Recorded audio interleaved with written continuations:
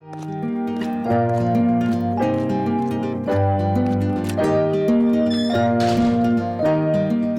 Abe. Morning, Fred. I'll get your usual started. Thanks, Abe. I can't believe that all these bills are passing requiring children to be vaccinated. What's the problem? Vaccines are a good thing. The anti-vax movement is a hoax for gullible fools. That may or may not be true, and it is very difficult to prove. What is acknowledged by both sides is that vaccines do carry some level of risk. The debate is about whether the benefits outweigh the risks. Well, seeing as how no one is dying of polio or measles anymore, it seems pretty obvious that they are worth the risk. As a whole, on average, yes, but individually, the benefits don't always outweigh the risks. Some people experience negative side effects to vaccines. Some even die. Yeah, but those cases are super rare compared to the increase in overall public health. Yes, they are rare, but they do happen. And when we are looking at a decision that involves the possibility of death, shouldn't the subject of the question have at least some control over the decision? But if nobody got vaccinated, then more people would die in the long run. Most likely, but those outcomes would be the result of their own decisions.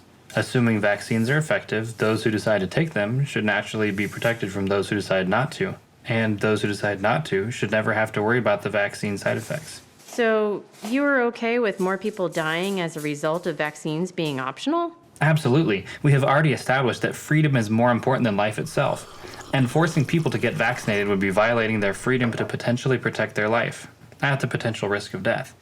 Not a good policy if we want to maintain a free society. Most of the ones directly affected by this new rule are children, so they aren't making the decision anyway. Their parents are. We have also already established that in a free society, parents have the right to be responsible for their children's well-being. And while that right can be taken away if it can be established that they are not acting in the child's best interest, not getting them vaccinated can never justifiably be grounds for that determination. Why not? Because of the inherent risks that come with getting vaccinated. The same principle that indicates we shouldn't forcibly vaccinate adults applies to the children that they are responsible for. What about kids who want to get vaccinated, but their parents are opposed? It's hard to believe this is even a real scenario, but I have heard there are forums online where these inquiries are being made.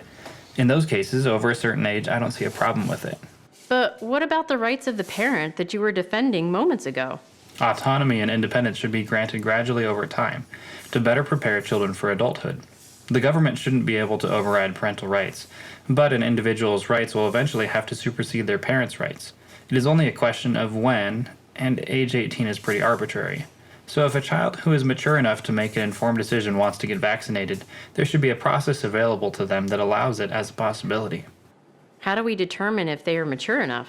It seems pretty easy. They are pursuing getting a painful shot purely for the potential medical benefit, and we can assume that they have been informed of the risks by their anti-vax parent. That seems pretty mature to me. What if they are just doing it to rebel against their parents' wishes? That's okay. They're still responsible for the outcome. It was their choice. And if they experience an adverse side effect? They won't be any worse off than if they had been forced to get the vaccination, and it will be a consequence of their own decision. That is the risk you are taking when you get vaccinated. Wait, so you are okay with that risk? Yes, if it is freely chosen, I am okay with any risk. It is only when being forced to do something that I opposed it based on the risk involved. There's a risk either way. What do you mean? Not getting vaccinated is taking a risk as well.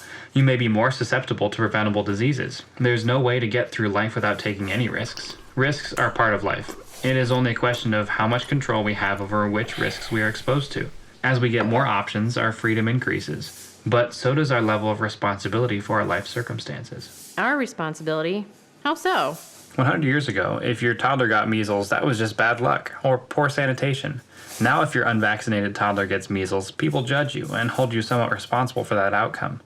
This isn't necessarily unjustified because you have more options and freedom to make choices between them than people did 100 years ago. So you bear a great level of responsibility for the outcome. That increased level of responsibility doesn't necessarily sound appealing. I agree that it can be a bit intimidating to have to make those kinds of potentially life-altering decisions, especially for one's children, but that is definitely, as they say, a first world problem.